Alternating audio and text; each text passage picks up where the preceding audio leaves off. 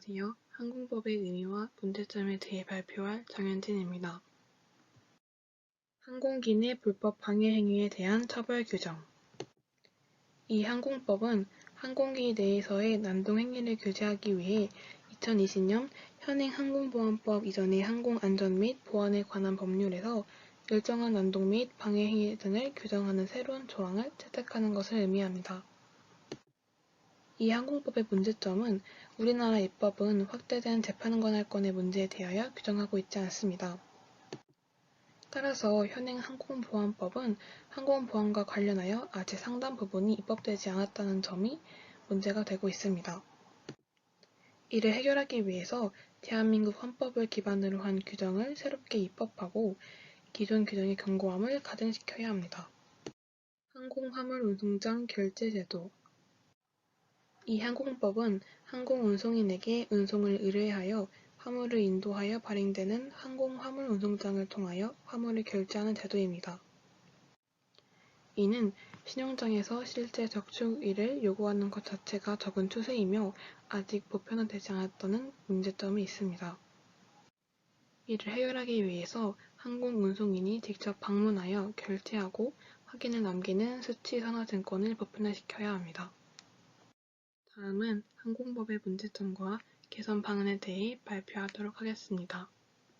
항공법은 국가적 차원의 항공안전관리체계를 구축하고 안전운항 기준을 위반하는 사람에 대한 운항증명 취소 제도를 도입하여야 합니다. 그리고 항공기 정비업을 공항이나 비행장에서 항공기 연료를 보급하고 항공기에서 화물을 싣고 내리는 일, 또는 항공기가 원활히 운행될 수 있도록 지상에서 이루어지는 각종 업무를 분리하거나 새롭게 설립하여 항공안전에 관련된 제도를 강화시키고 정비해야 합니다. 그리고 항공기 정비에 대한 전문적인 특성의 발전을 도모할 수 있도록 하고 객관적이고 투명한 법의 적용이 가능하도록 해야 합니다. 현재 항공법은 단일한 법률에 항공의 기본적 내용과 세부 기술적 사항이 더해져 그 체계가 매우 혼란하고 복잡합니다. 그래서 항공법은 법을 개정하는 데 시간이 많이 소요되고 국제 기준에 맞게 법을 변화시키는 것이 쉽지 않습니다. 이는 결과적으로 업무 효율성을 떨어뜨리고 제도적으로 낮은 적응성을 드러냅니다. 따라서 이를 해결하기 위해 분야별로 항공법을 분류하고 항공 관련 법들과 통합하여 이론적으로 항공법의 체계를 구축하고자 합니다.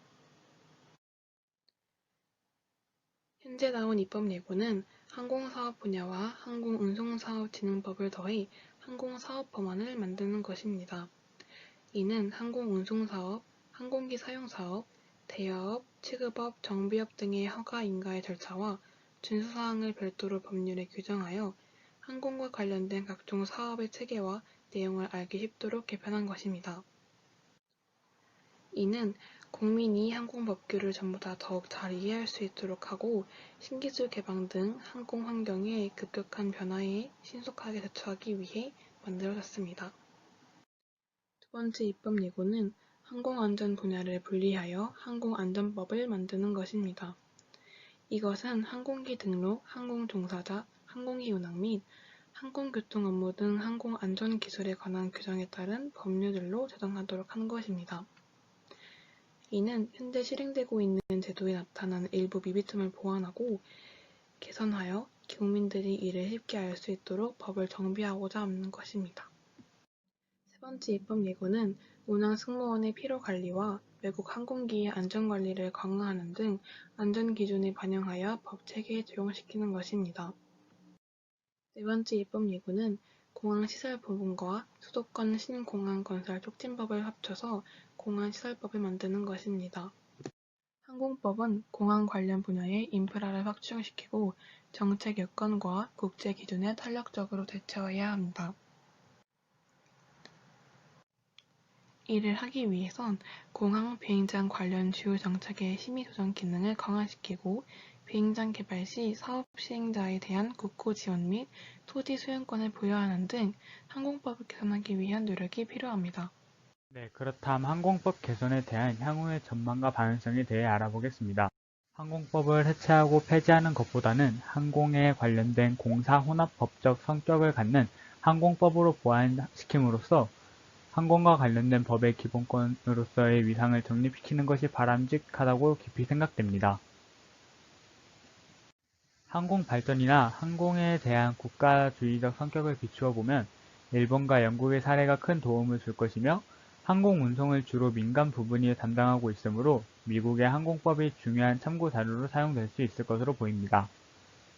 여러 가지 모순되고 적합하지 않은 요소들을 보완하여 우리나라의 항공 분야법 발전에 긍정적인 방향에 제시될 수 있을 것이라 생각이 듭니다. 다음으론 대한항공 조현아 전 부사장 땅콩 해양 사건과 항공보안법에 대한 개선점에 대해서 얘기하겠습니다.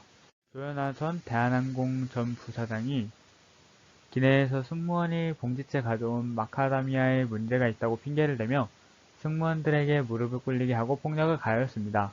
승무원들은 그가 상사였기에 갑의 입장이기 때문에 반항을 할 수 없었습니다. 대한민국의 대기업들은 대개 세습제를 택합니다. 그러나 국내 항공사들은 소수에 불과한 데다가 대한항공이 국내 항공시장의 절반 이상을 독점하고 있는 것이나 마찬가지인데 그걸 세습시킨다는 것은 회사에 대해 한 집안이 대대적으로 독점하겠다는 의미가 됩니다. 조현아의 경우 회사의 임원직이란 이유로 보안법을 받지 않고 자리에서 퇴임으로 끝이 났습니다. 그러므로 각 보안법들은 가해자의 직급, 사회적 위치 등에 관계없이 위법자들에 대해서 엄격하게 처벌한다는 조건이 추가되어야 하고 직급을 이용하여 피해자에게 2차 가해가 갈 경우 고려해 개정되어야 한다고 생각을 합니다. 그리고 항공 마일리지 제도에 대해 알아보겠습니다. 항공사 마일리지 보너스 제도는 항공기에 탑승하거나 신용카드 등의 제휴 협의스를 이용할 때 적립된 마일리지를 항공 좌석 매입 등에 사용하는 것으로 항공사가 마일리지 유효 기간을 10년으로 정해놓고도 시효 정지가 가능한 상황에 대한 내용을 약관에 전혀 넣지 않고 발권 이후 10년이 흐르면 무조건 시효가 지난 것으로 처리하는 것은 개선 필요성이 있다고 지적이 되었습니다. 이에 마일리지로 항공권을 구매할 때 마일리지 구매 전용 좌석을 지정하지 않고 자유롭게 항공권을 구매할 수 있게끔 하고 마일리지와 현금을 함께 사용함으로써 항공권 구매를 가능케 하여 마일리지 사용 범위를 넓히는 방법도 좋을 것 같습니다. 또한 신용카드를 이용해서 쌓인 마일리지는 카드 포인트로 전환시키는 방안 역시 고객들이 마일리지가 소멸되기 전에 어떻게든 사용할 수 있는 좋은 방안이 될 것입니다. 안녕하십니까. 경찰의 공권력에 대한 카드 뉴스를 발표할 김유준입니다. 한국에서 공권력의 위상이 하락하고 시민의 인권을 더 존중해주는 사회 분위기가 조성되어 경찰은 시민의 진압에 있어 물리력과 공권력을 행사하는 데 신중을 기해야 합니다. 따라서 물리력을 잘못 사용하면 경찰 내부의 징계는 물론 언론의 몰매를 얻어맞기 십상입니다. 경찰의 공권력을 강화한 데는 범죄율을 낮추는 데 규정에 의미를 두고 있습니다. 또한 경찰의 공무집행에 대한 사회적, 언론적 보호 조치가 전혀 되어 있지 않기 때문에 이러한 규정을 해야 합니다. 아래 경찰관들의 극단적인 선택에 대한 기사들이 있습니다. 이러한 극단적 사례의 원인은 경찰 내부에서 발생한 사건에 대해 제대로 된 인과를 밝히지 않음에 있고 또한 경찰에 대한 직접적인 인격 모독이 있습니다. 공권력 강화 시에 문제점이 나타날 수 있는데요. 경찰의 권력이 강화되어 형식적인 법처벌, 고무집행 방해 사법에 대한 구속 및 양형 기준 완화와 같은 형사정책의 효력이 큰 영향을 끼치지 못하게 됩니다. 이러한 대표적인 문제 사례로 미국의 과도한 진압을 예로 들 수 있습니다.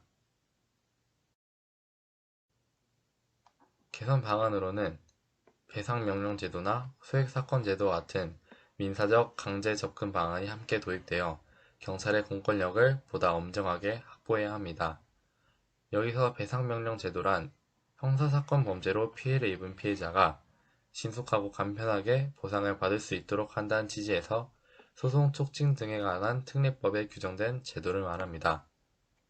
소액사건 제도란 소액의 경미한 사건을 손쉽게 처리할 수 있도록 한 특별 간이재판입니다. 이것으로 경찰 공권력에 대한 카드뉴스 발표를 마치겠습니다. 감사합니다. 경찰이 독자적 수사권에 제한되어 있습니다. 또한 형사소송법에 따르면 사관, 경무관, 총경, 경정, 경감, 경위는 사법경찰관으로서 모든 수사에 관하여 검사의 지휘를 받습니다. 그러나 이러한 것이 현재의 경찰을 검찰의 종속적인 관계로 묶어서 그 이미지에 부정적인 영향을 미칩니다. 수사권이란 수사기관이 범인과 증거를 찾고 수집할 수 있도록 행사할 수 있는 모든 법적 권한입니다. 이 뉴스는 수사권 독립에 관한 뉴스입니다. 현재 수사권 체제는 검사는 수사의 주재자로서 사법경찰관리를 지휘, 감독할 권리를 가지며 사법경찰관리는 검사의 지휘를 받아 수사를 하여야 하고 소관검사가 직무 상달한 명령에 복종을 하여야 합니다. 즉, 경찰에게는 수사권이 거의 없고 경찰의 수사권은 검찰에 있다는 말입니다. 그러므로 현재 수사권을 검사의 지휘 감독으로부터 독립하여 행사할 수 있도록 할 것인가 말 것인가에 관한 논의를 하여야 합니다. 수사